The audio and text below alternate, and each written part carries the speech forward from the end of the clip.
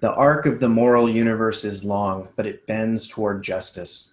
We know this quote from the words of the Reverend Dr. Martin Luther King Jr., as well as President Barack Obama. But where did this phrase originate? Find out on today's episode of 3 Minutes in UU History.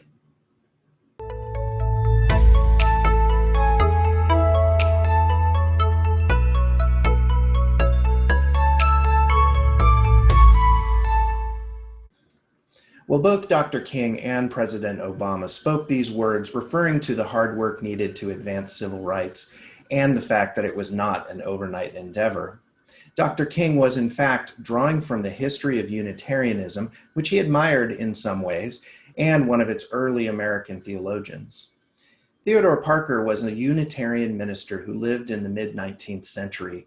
He was a parish minister, but also active in social justice causes of the day. Parker was a leading abolitionist whose words were adapted by both Abraham Lincoln and Martin Luther King Jr. in some of their most renowned speeches, including Lincoln's Gettysburg Address and King's final sermon at the National Cathedral in March of 1968. Theodore Parker spoke the following words at the Massachusetts Anti-Slavery Convention on January 29, 1858, and you may find them somewhat familiar from a number of King's speeches.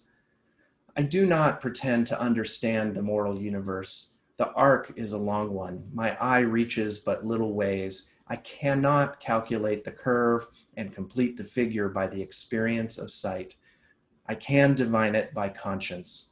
And from what I see, I am sure it bends toward justice. And that, my friends, is 3 minutes in UU history.